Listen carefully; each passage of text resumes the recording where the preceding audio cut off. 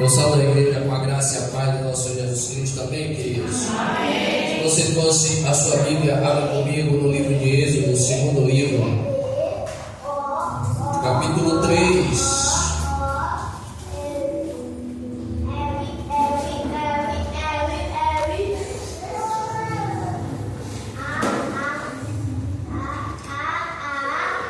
Êxodo capítulo 3, a partir do verso 1.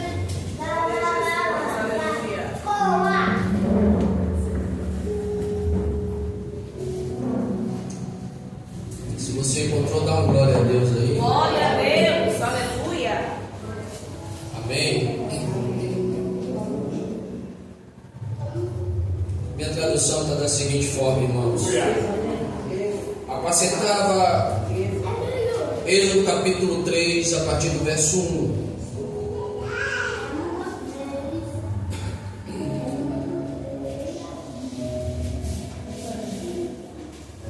A minha tradução está assim: apacentava Moisés o rebanho de Jetro, seu sogro, sacerdote de Midian, e levando o rebanho para o lado ocidental do deserto, chegou ao monte de Deus, a Horebe. Apareceu-lhe o anjo do Senhor numa chama de fogo, no meio de uma sarça. Moisés olhou e eis que a sarça ardia no fogo, e a sarça não se consumia. Então disse consigo mesmo: irei para lá e verei essa grande maravilha, porque a sarça não se queima. Vendo o Senhor que ele se voltava para ver, Deus do meio da sarça o chamou e disse: Moisés, Moisés. Ele respondeu: eis-me aqui. Ele respondeu: eis-me aqui. Aleluia. Deus continuou: não te chegue para cá, tira as sandálias dos pés, porque o lugar em que estás é a terra santa. Disse mais: eu sou o Deus de teu pai, o Deus de Abraão, o Deus de Isaque e o Deus de Jacó. Moisés escondeu o rosto, porque temeu olhar para Deus. Disse ainda o Senhor: certamente vi a aflição do meu povo que está no Egito, e ouvi o seu clamor por causa dos seus desatores. Conheço-lhe o sofrimento, por isso desci a fim de livrá-lo da mão dos egípcios e para fazê-lo subir daquela terra a uma terra boa e ampla, terra que mana leite e mel, lugar do cananeu, do Eteu, do Amorreu, do Ferezeu, do Eveu e do Jebuseu. Pois o clamor dos filhos de Israel chegou até mim, e também eu vejo a opressão com que os egípcios os têm oprimido. Vem agora e eu te enviarei a Faraó, para que tires o meu povo, os filhos de Israel, do Egito. Então disse Moisés a Deus: quem sou eu para ir a Faraó tirar do Egito os filhos de Israel? Deus lhe respondeu: eu serei contigo, e este será o sinal que eu te enviei depois de haver tirado o povo do Egito. Servireis a Deus neste monte. Aleluia. Deus Todo-Poderoso, Paizinho querido, Paizinho amado, graças te damos, Deus, por este momento tão precioso e tão maravilhoso que é da ministração da tua palavra. Eu exalto e engrandeço o teu santo nome e declaro que careço de ti e sou dependente do teu Espírito Santo para ministrar esta palavra, Deus, porque, como diz a própria palavra que prevalece, sem ti eu nada posso fazer. Então, meu Deus e meu Pai, tem misericórdia através da instrumentalidade do teu Espírito Santo na minha vida, Senhor. Usa os meus lábios nesta noite para comunicar à tua igreja aquilo que o Senhor deseja falar à tua igreja nesta noite. para que os teus planos, projetos, propósitos, sonhos, pensamentos, ó Deus, promessas e grandes bênçãos sejam estabelecidos na vida do teu povo, Deus. Em nome de Jesus, Deus, unge com o precioso sangue de Jesus os nossos olhos, lábios, ouvidos, corações, mentes, consciente, subconsciente, nos trazendo cativo plenamente, totalmente ao Teu Espírito Santo, Senhor, para que possamos ouvir a Tua palavra, escutá-la, compreendê-la, discerni-la, Deus, guardá-la no coração e especialmente, principalmente, praticá-la para a honra e glória do Teu Santo nome. Repreende, Deus, em nome de Jesus, o ladrão da semente agora, Pai, em nome de Jesus. Que toda distração seja anulada, neutralizada, paralisada agora e para sempre, em nome de Jesus, Senhor. Deus Todo-Poderoso, obrigado pelos Teus anjos guerreiros, aqui acampados com espada de fogo desviada nas mãos. Que nós te pedimos, ó Deus, dá ordem a esses anjos guerreiros para que continue guerreando a nosso favor, em prol da Tua igreja, em prol do Teu povo, em prol da Tua boa obra. Pai, desfaz, destrói, cancela, anula, paralisa, aniquila em nome de Jesus, no mundo do espírito, no mundo do homem, todo ataque, contra-ataque e retaliação das trevas contra nossas vidas, contra a nossa família, nossa parentela e contra a Tua igreja aqui neste local, Pai, em nome de Jesus. Para a honra e glória do Teu nome, Deus, te oramos, Pai, agradecidos em nome de Jesus. Amém. Podem sentar, igreja, em nome de Jesus. Amém, queridos.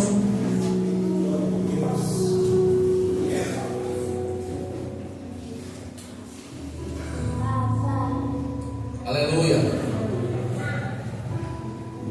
Creio que todos conhecem essa história, a história de Moisés, a história do povo hebreu quando estava escravo no Egito. É interessante que Moisés, ele nasce com a sentença de morte, aonde o faraó tinha baixado o decreto que toda criança do sexo masculino que nascesse no meio do hebreu teria que morrer. Ele dá uma ordem às parteiras daquela época, Cifrá e Puá, e diz: quando for menino, mata, mas quando for menina, deixa sobreviver. Só que as parteiras, temendo a Deus, elas não cumprem a ordem de Faraó. E ainda assim, Faraó, tomando conhecimento das atitudes das parteiras, ele simplesmente dá uma ordem para o povo egípcio: olha, todo menino que nascer do povo hebreu, toma e joga no rio Nilo. E assim foi quando Moisés nasce com esse decreto de morte. Ele nasce com a sentença de morte para a vida dele, bem como outros bebês daquela época. Mas Deus, ele tinha planos diferentes para a vida de Moisés. E você conhece a história que a sua mãe, Joquebede, no ato de fé, de confiança, de coragem, ela esconde o menino durante 3 meses. E quando não é mais possível esconder a criança, o bebê, ela coloca num cesto, unta com betume e coloca no rio, onde a sua irmã Miriam fica ali a observar para saber o que ia acontecer com a criança. E ali, numa providência de Deus, isso é muito claro para mim, a filha de Faraó encontra com aquele cesto e resolve adotar Moisés. Mas isso é tão lindo porque as circunstâncias da família de Moisés naquele momento parecia ser a pior possível. Mas existe um texto na Bíblia que está lá em Romanos capítulo 8, verso 28, que diz assim, que todas as coisas cooperam para o bem daqueles que amam a Deus. É um texto que eu gosto muito. Amém. E que são chamados segundo o seu propósito. Uma pessoa entendeu o que eu estou dizendo. Então, Moisés nasce com a sentença de morte, mas Deus tinha um plano diferente para a vida de Moisés. E aquilo que parecia ser uma situação desesperadora, uma situação desastrosa para a família de Moisés, aquela situação, aquelas circunstâncias passam a cooperar para o bem daquela família. E a irmã de Moisés, Miriam, diz assim para a filha de Faraó: tu quer que eu chame uma ama de leite para amamentar o menino? Você conhece uma, chama lá. E aí a menina, com muita sabedoria, ela vai e chama a sua mãe, a mãe de Moisés, a mãe do seu irmão. E a filha do Faraó diz: olha, amamenta essa criança por um período de tempo. Quando desmamar, você traz ela, porque ela vai viver comigo no palácio. Ela vai ter a educação, ele vai ter a educação de príncipe, vai viver comigo no palácio. E eu vou te pagar. Eu vou te pagar para você alimentar e cuidar desse menino. Que coisa linda isso. Os projetos de Deus, os planos de Deus. Você conhece a história. Ali Joquebede e sua família passam a cuidar de Moisés, do seu filho, sem que a princesa saiba. E depois de um tempo, Moisés vai para o palácio e tem uma vida e uma educação de príncipe. Depois disso, Moisés toma conhecimento que o seu povo está sendo muito oprimido, que o seu povo está sofrendo muito. Ele resolve visitar o seu povo e vê uma briga lá, tenta intervir, mata o egípcio e tem que fugir dali do Egito para o deserto, sem saber para onde estava indo. E Moisés enfrenta o deserto, meu irmão, daquela época, e ele chega a um vilarejo chamado Midian, e lá encontra uma família, encontra Jetro, que você conhece a história, se casa com a filha de Jetro, tem 2 filhos, e deixa de ser príncipe para ser pastor de ovelhas. E no momento que ele apacenta as ovelhas do seu sogro, ele olha à vista no monte Horebe, uma sarça pegando fogo que não se queimava. E ele acha aquilo maravilhoso e resolve se aproximar daquela sarça. Quando Deus faz uma ligação para Moisés: ei, Deus tem uma ligação para cada um de nós. Aleluia. E essa ligação se chama, aí vale a redundância, chamado. Agora, quantos de nós será que estamos atendendo esse chamado de Deus? Porque aqui até o próprio Moisés, ele resiste a esse chamado de Deus. E observe que através de uma sarça ardente que pegava fogo e não se consumia, Deus se revela a Moisés e o convoca para cumprir a missão de libertar o povo de Israel da escravidão do Egito. Ao se aproximar para ver o que acontecia com a sarça que queimava e não se consumia, Moisés tem uma experiência extraordinária e sobrenatural com Deus, que o convoca, vocacionando e revelando seu plano de libertação para o povo de Israel que vivia escravo no Egito. Ei, eu sempre digo, a grande visão Deus dá ao líder. Deus deu uma grande visão, o overview, o big picture a Moisés. É por isso que quando Deus estava operando, trabalhando para a libertação do povo da escravidão, o povo muitas vezes murmurava, porque o povo não tinha a grande visão que Deus tinha dado a Moisés. E observe, como eu disse, quando Moisés nasce, havia um decreto do faraó que ordenava que todo bebê hebreu do sexo masculino deveria ser morto. Ou seja, Moisés nasce com a sentença de morte sobre ele. No entanto, Deus preserva a sua vida, pois já tinha estabelecido um propósito e uma missão para Moisés realizar através do seu chamado. Deus já tinha estabelecido um propósito e uma missão para Moisés realizar através do seu chamado. O silêncio é provocativo. O silêncio é para que você reflita, porque no início eu disse que Deus tem uma ligação, Deus tem um chamado para cada um de nós. Porque Deus já estabeleceu um propósito para a vida de todo aquele que Ele chamou à existência. Deus já estabeleceu um propósito para a vida de todo aquele que Ele chamou à existência. Ei, você está vivo? Você nasceu nessa terra? Então deixa eu te dizer, Deus tem um propósito para a sua vida. Agora, precisamos entender o que é propósito. Dentro do contexto bíblico, propósito significa o plano eterno e a intenção soberana de Deus para a criação. Agora observe, focado em glorificar a Deus, servir ao próximo e viver em conformidade com a sua vontade. Ei, propósito não se refere àquele que é chamado, propósito se refere ao próximo.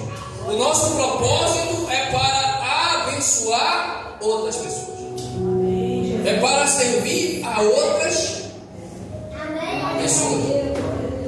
Observe, Moisés já estava na comodidade da sua vida pacata de pastor de ovelha, não é? Tudo já tranquilo, com 2 filhos, com sua esposa. Quem sabe até para Moisés essa vida não era melhor do que a vida de príncipe, apesar de todo o conforto que ele tinha, mas tinha tanta obrigação lá no Egito, tinha que responder por tantas coisas. Não que isso não seja nobre, mas Moisés já estava na sua zona de conforto. E quando Deus chama para essa grande missão, para que se cumpra o propósito que Deus já tinha pré-estabelecido para a vida de Moisés, Moisés resiste um pouco. Observe, ele diz: quem sou eu para ir diante de Faraó? Manda outro. Eu tenho um problema na fala. Quem sou eu para ir diante de Faraó? Manda outro, mas não eu. Porque Moisés entendeu que o propósito não era para ele, é para o próximo. E muita gente não entende isso. Acha que o propósito é para satisfazer a si próprio. Não que isso não ocorra, isso pode acontecer, porque geralmente quando a gente vive um propósito, a gente vive uma vida de plena satisfação. Porque o propósito transcende a uma meta pessoal, sendo um desígnio preparado por Deus que traz sentido à vida, conforme o plano estabelecido pelo Senhor. Então vejamos o que diz Efésios capítulo 2, verso 10. Porque somos feitura sua, criados em Cristo Jesus para as boas obras, as quais Deus preparou para que andássemos nela. Eu vou repetir, porque somos feitura sua, criados em Cristo Jesus para as boas obras, as quais Deus preparou para que andássemos nela. Deus preparou essas boas obras e chama cada um de nós para que a gente possa andar nessas boas obras, vivendo e desfrutando e se sujeitando ao propósito que Ele pré-estabeleceu para a minha vida e para a sua vida. Glória a Jesus, aleluia. Importa dizer que no hebraico a palavra relaciona com shephex, que quer dizer desejo, intenção. No grego é próteses, plano previamente estabelecido. Ei, plano previamente estabelecido, indicando um destino desenhado por Deus.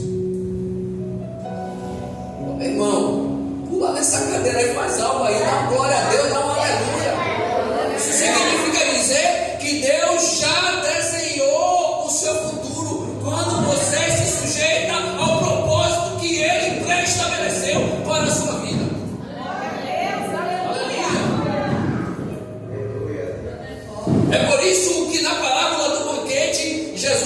afirma que muitos são chamados, mas poucos escolhidos.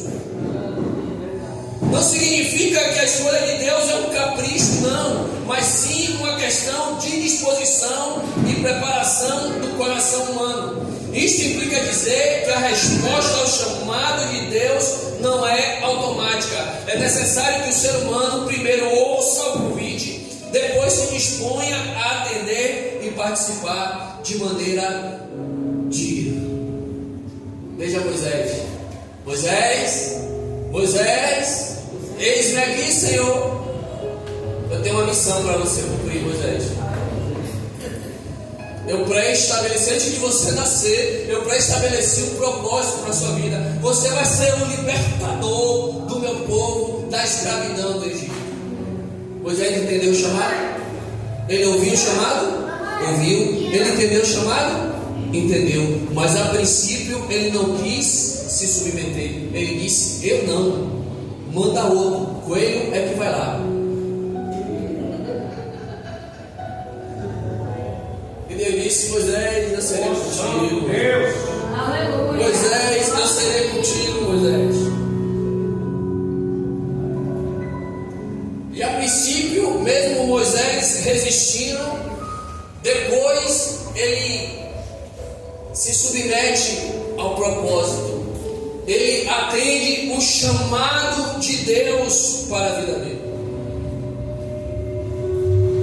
E todo o propósito, irmão, pré-estabelecido por Deus, dentro desse propósito existe um propósito central, que é viver para a glória de Deus, amar o próximo e ser um instrumento de bênção servindo ao seu reino. Observe como tudo está conectado com o que eu disse no início. O propósito não se refere a si próprio, mas se refere e se relaciona em servir ao próximo. É viver para a glória de Deus, amar o próximo e ser um instrumento de bênção servindo ao seu reino.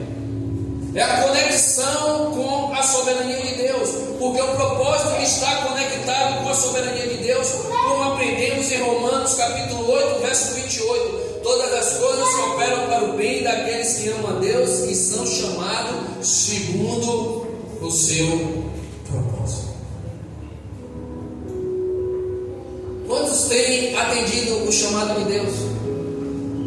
Nesta noite eu vim aqui para te dizer, meu irmão, para te dizer, minha irmã, que Deus está fazendo uma ligação direta para você. Ele tem um chamado para a sua vida.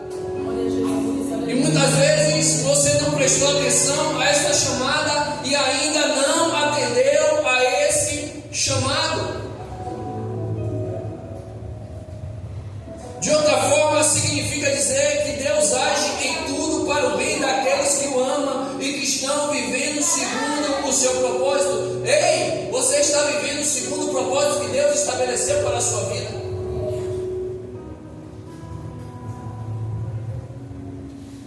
Agora, irmãos, como descobrir o propósito? Talvez você esteja se perguntando isso aí. Pastor, o senhor está falando em propósito, mas como é que eu descubro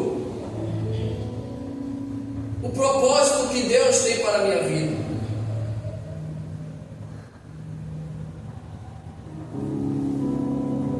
O silêncio é provocativo, porque o meu propósito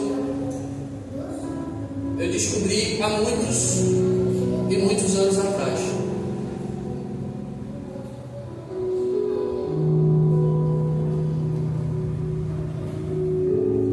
O propósito é revelado através de um relacionamento íntimo com Deus, oração e obediência à sua palavra, como está no livro de Salmos. O segredo do Senhor são para os que o temem. Glória a Jesus. Então você descobre o seu propósito a partir de que você busca um relacionamento com Deus. Então veja, no momento que Moisés se aproximou, se relacionando e mantendo uma conexão com Deus, o Senhor revela o seu propósito. Veja o que diz o verso 10: vem agora e eu te enviarei ao faraó para que tires o meu povo, os filhos de Israel, do Egito. Enquanto Moisés estava lá apacentando o rebanho do seu sogro, vivendo sua vida por cá,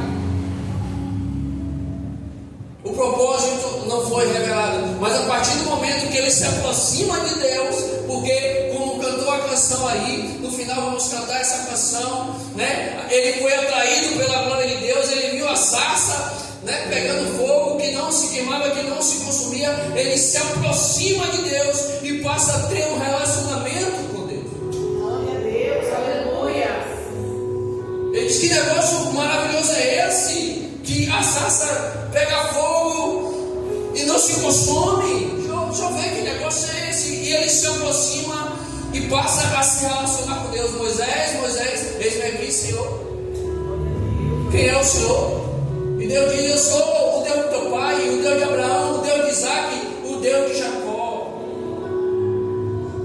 E vim te dizer nesse dia que antes de você nascer, eu já tinha pré-estabelecido um propósito para a sua vida.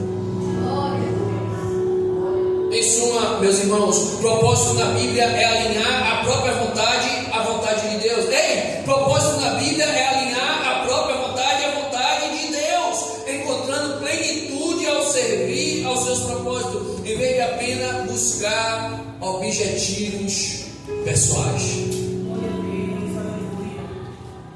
O problema de muitas pessoas é esse. É que não quer alinhar a sua vontade à vontade de Deus, quer impor a sua vontade para Deus. Ei, Romanos capítulo 2, verso 2: não vos conformeis com este mundo, mas antes transformai-vos pela renovação da vossa mente, para que experimentei qual é a boa, perfeita, agradável.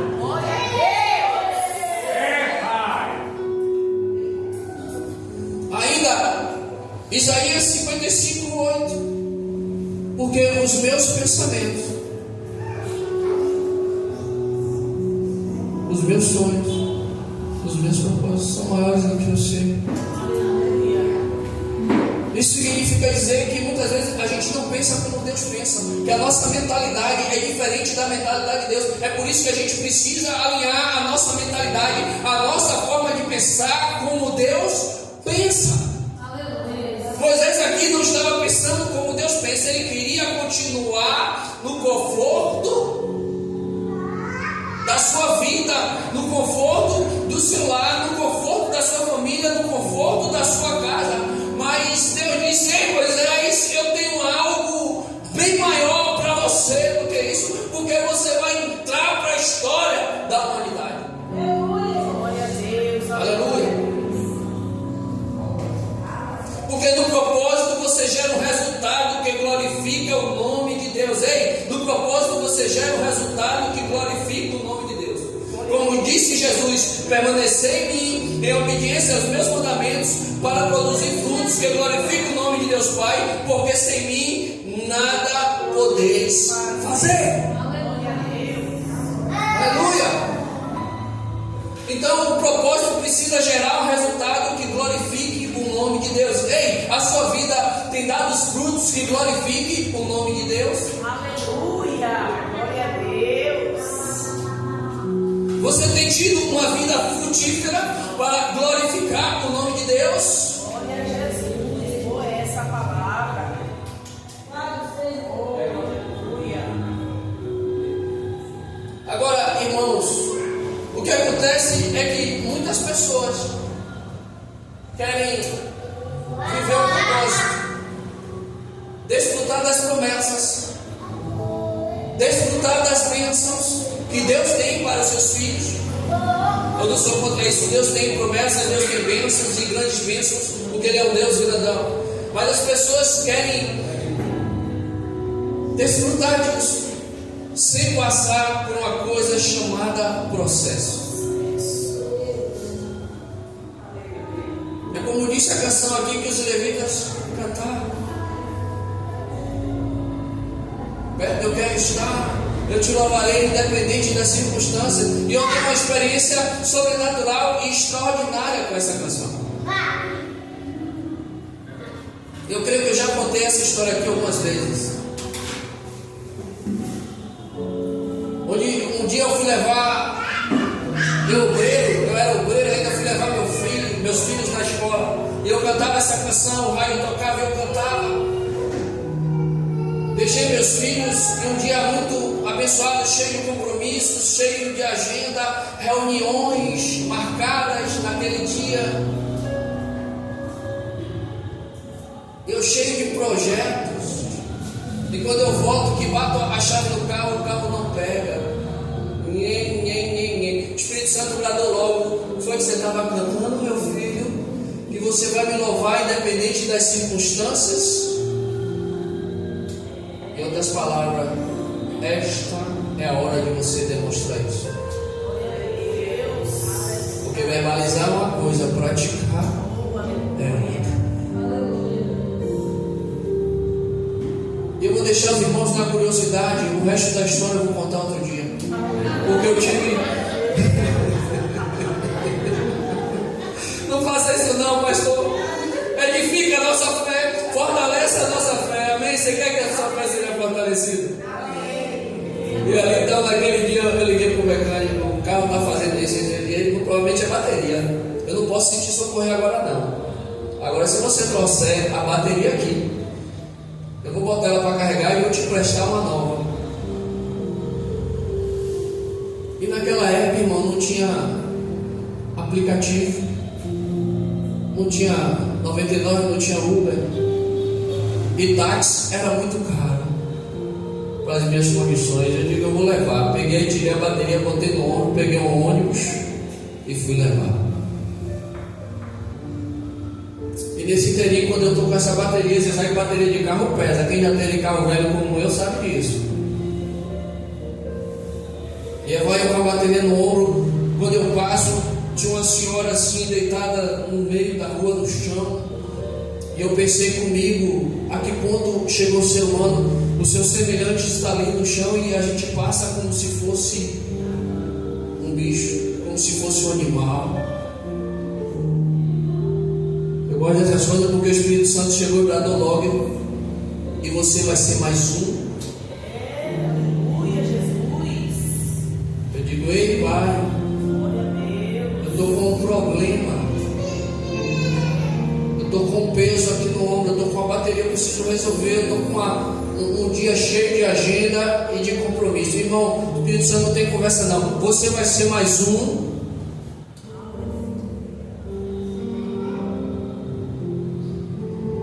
Eu lembrei da canção: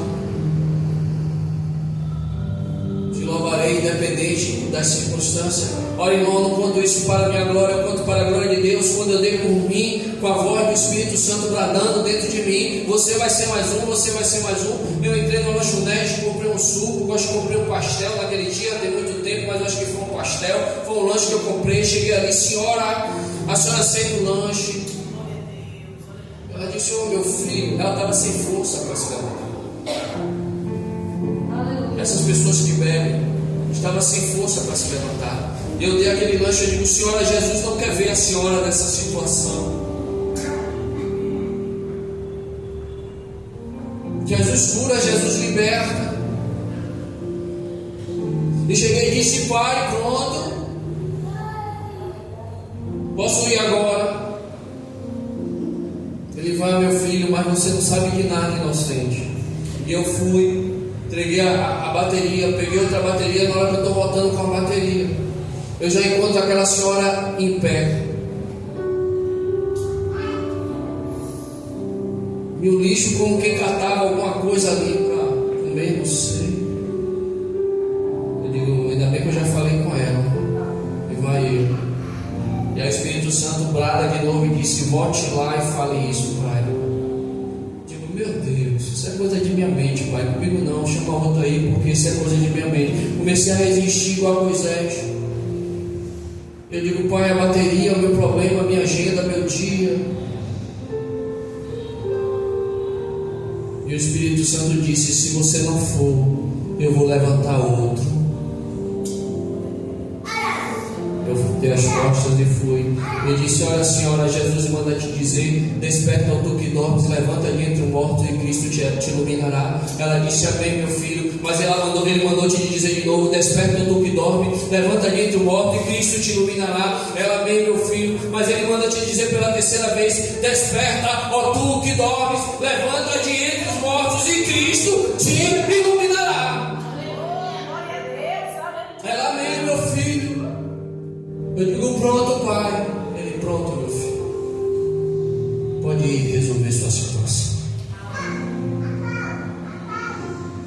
Eu fui e depois contei essa história ao meu mecânico, que na época era pastor. Ele disse: Edmundo, deixa eu te dizer uma coisa. O que Deus me revela é que essa senhora é desviada, ou era desviada. Porque dificilmente a pessoa que não conhece a palavra de Deus, quando você fala a palavra de Deus, ela vai dizer amém.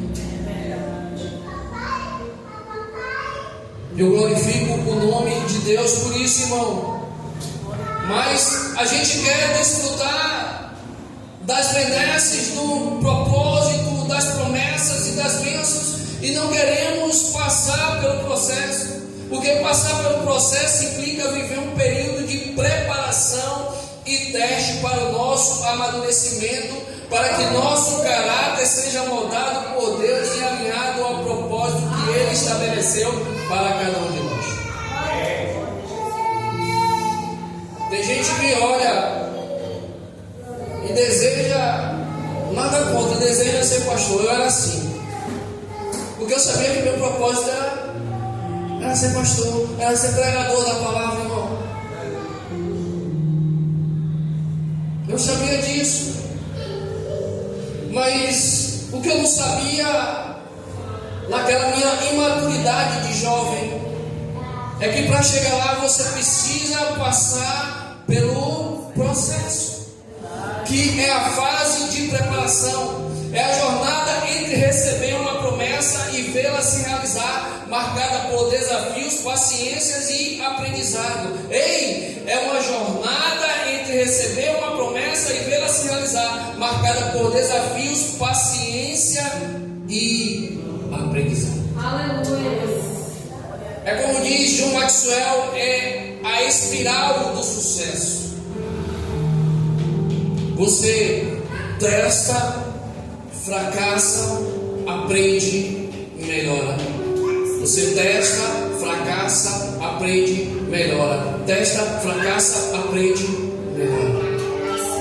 Significa dizer que quando estamos vivendo esse período de preparação, quando estamos vivendo esse período de processo, essa etapa do processo, essa fase do processo, significa dizer que nós não temos o direito de desistir, por mais doloroso que seja, por mais difícil que seja. Nós não temos o direito de desistir. E isso é uma grande chave para o sucesso. Eu ensino isso aqui constantemente ao povo lá da igreja. Testa, fracassa, aprende melhor, porque todo mundo comete erro. E lá, quando comete erro, é chamado a atenção. Não tem esse negócio. Amém, assim mesmo.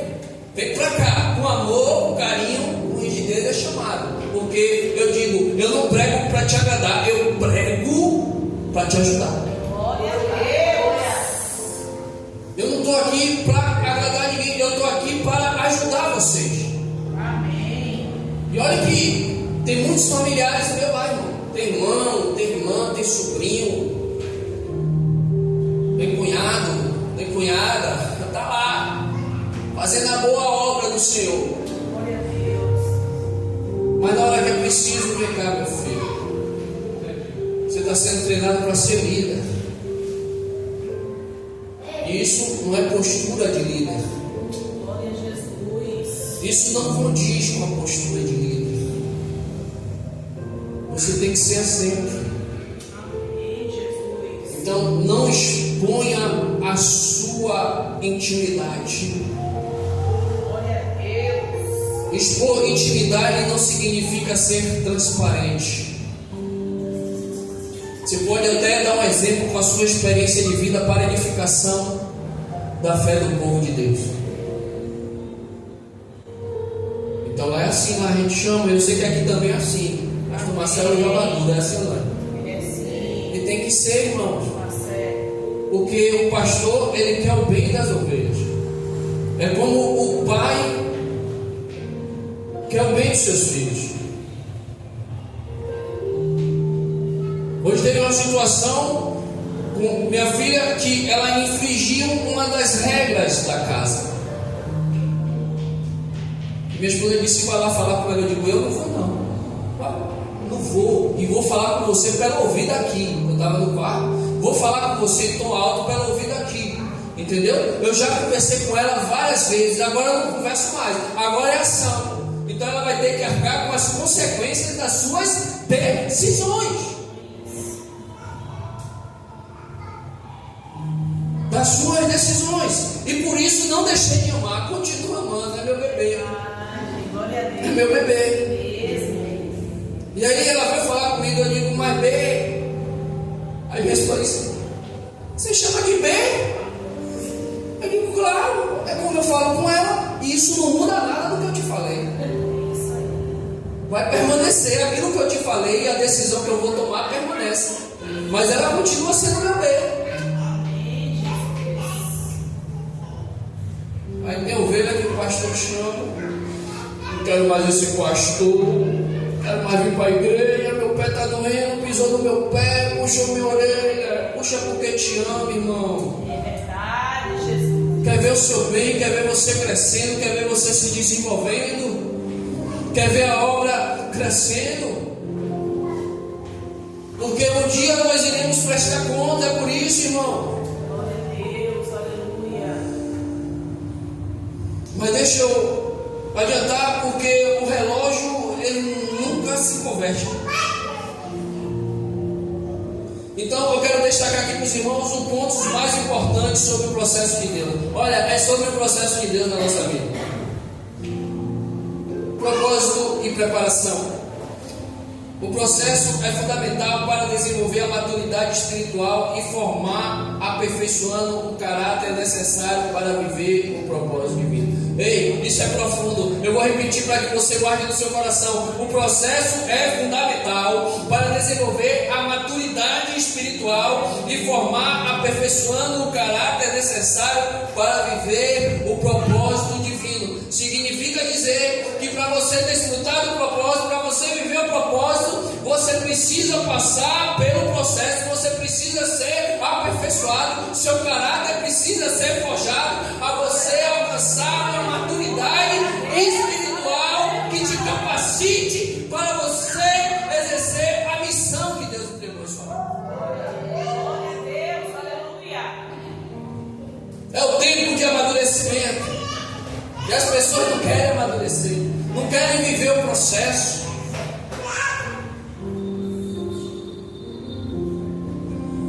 Tempo de amadurecimento inclui período de esperas e provações. Glória a Deus, é assim mesmo. Nós lá estamos vivendo a jornada de crescimento das mulheres alicerçadas nesse mês de março. Que coisa tremenda, irmão. Como temos aprendido com as ministrações das mulheres lá, sobre processo, sobre germinar, sobre semear, e ainda não acabou. Hoje foi sobre enraizamentos, e a aplicação lá no final foi que as mulheres alicerçadas não vivem de aparência, porque elas têm raízes profundas. Glória a Deus. Então, o tempo de amadurecimento inclui período de espera e provações, funcionando como uma etapa do aprendizado necessário, onde a fé é testada e fortalecida.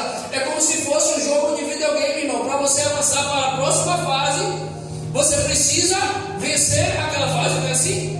Porque quando você passa por aquela etapa, passa por aquela fase, você está apto para ir para outra fase. E durante aquela fase, você adquire habilidades para enfrentar o próximo desafio que virá na outra fase. É assim ou não é, meu filho? Você joga videogame? É assim ou não é no videogame? Enquanto você não adquire as habilidades, não é isso? Tanto é que você vai ali, vai quando chega no chefão, você perde. Aí volta do início, vai até você estar preparado para avançar de fase. Aí aquela outra fase que você já conseguiu vencer o chefão fica até sem graça. Não é assim? Ele já venceu, já passou por todas as etapas, está ali, já sabe como tudo vai acontecer, já sabe enfrentar cada desafio. Então você quer avançar para ir para a próxima fase. E se prepara, irmão. É um ambiente do aprendizado. E este ambiente é geralmente associado a um deserto, onde o indivíduo é transformado pelo processo, tendo seu caráter forjado, desenvolvendo resiliência e confiança incondicional em Deus. Este ambiente é geralmente associado a um deserto, onde o indivíduo é transformado pelo processo, tendo seu caráter forjado, desenvolvendo resiliência e confiança incondicional em Deus.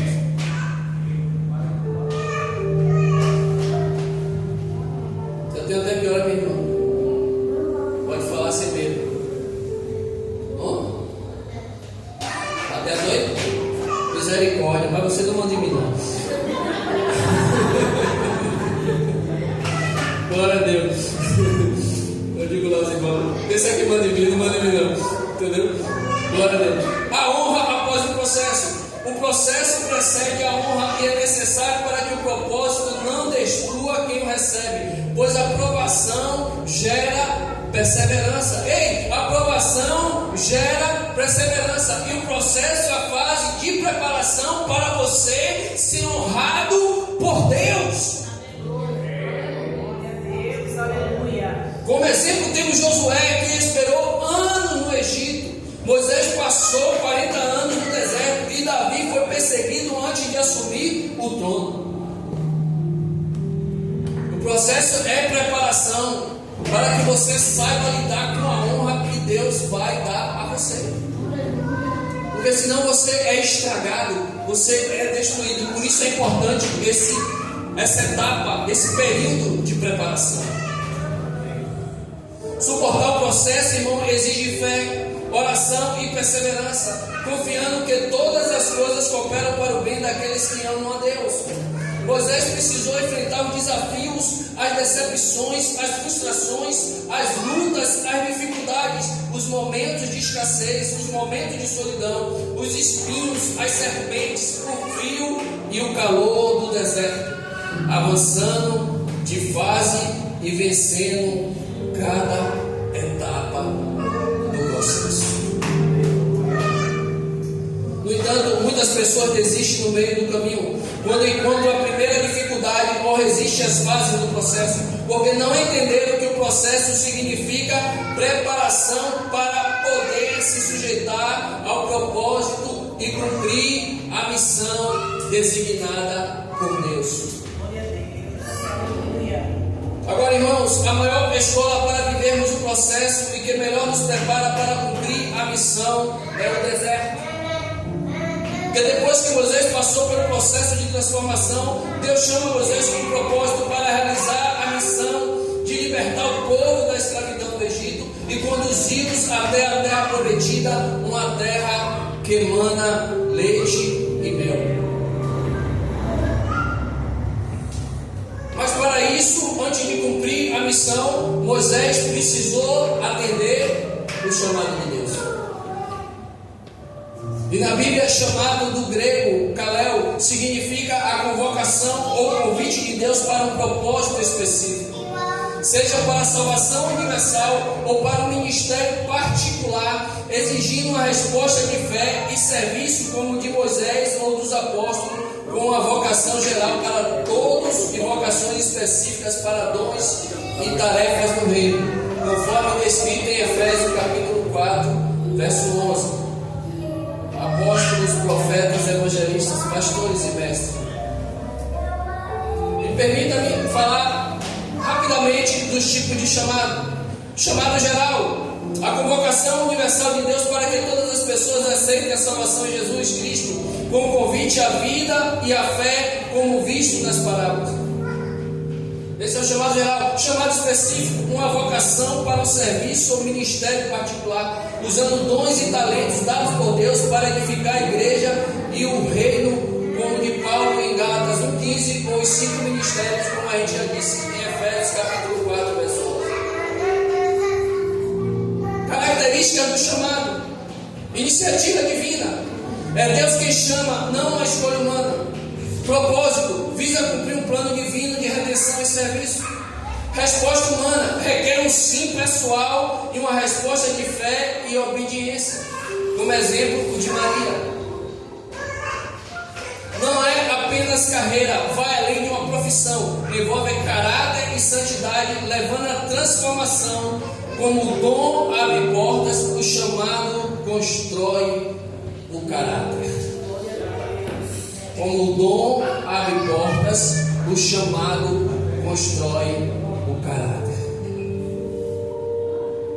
Diferença entre chamado e escolhido. Como disse Jesus, muitos são chamados, convidados, mas poucos são verdadeiramente escolhidos. Ou seja, aceitam e respondem plenamente ao chamado para as bodas do Cordeiro, como na parábola dos convidados para o banquete. A exemplo, nós temos Samuel, chamado ainda jovem para ser profeta e líder do povo. Moisés, como nós já falamos, chamado para libertar Israel do Egito, apesar de sua relutância inicial. Os apóstolos, chamados para serem discípulos e proclamarem o Evangelho.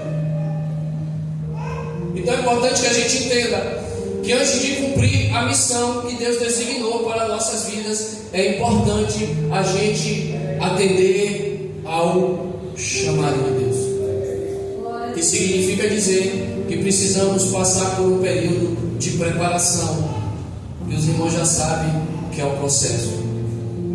Aí vem a missão. Na Bíblia, a missão é um encontro divino de proclamar o Evangelho de Jesus Cristo a todas as nações, chamando as pessoas ao arrependimento e à fé, com o objetivo final de estabelecer o reino de Deus, através do envio de discípulos para amar, servir e evangelizar o mundo conforme ordenado por Jesus. Aleluia! É um chamado para uma vida de saída em amor, serviço e testemunho. Ei, é um chamado para uma vida de saída em amor, serviço e testemunho, começando na comunidade local e expandindo-se globalmente.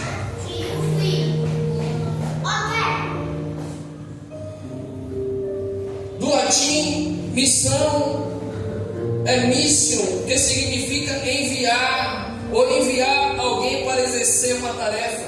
Do grego, no Novo Testamento é apóstolo, com o mesmo sentido de envio. E toda missão bíblica, ela tem pilares. Primeiro, o mandato de Cristo. A grande comissão. Jesus enviou seu discípulo com a ordem: ide por todo mundo pregar o Evangelho a toda criatura.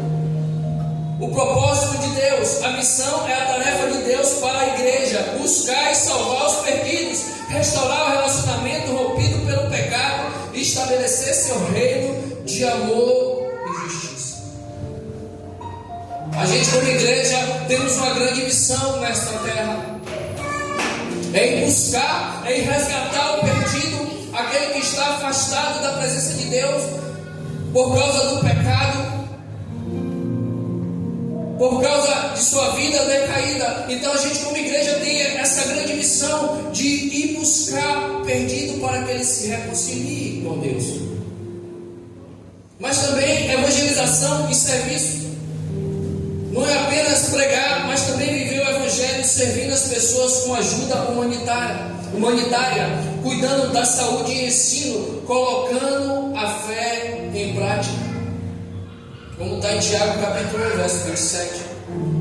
É um chamado para todos. Todo cristão batizado é um discípulo missionário. Ei, você que é batizado em Cristo Jesus, você é um discípulo missionário, chamado a participar ativamente na evangelização, seja local ou em outras nações. Aleluia! Só que todo chamado, irmão, toda missão tem desafios.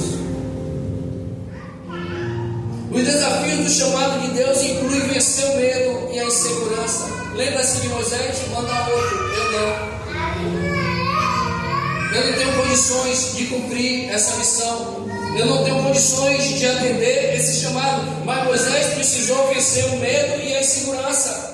Moisés precisou lidar com limitações pessoais, enfrentando a solidão e a incompreensão e renunciar à zona de conforto para viver a transformação da identidade.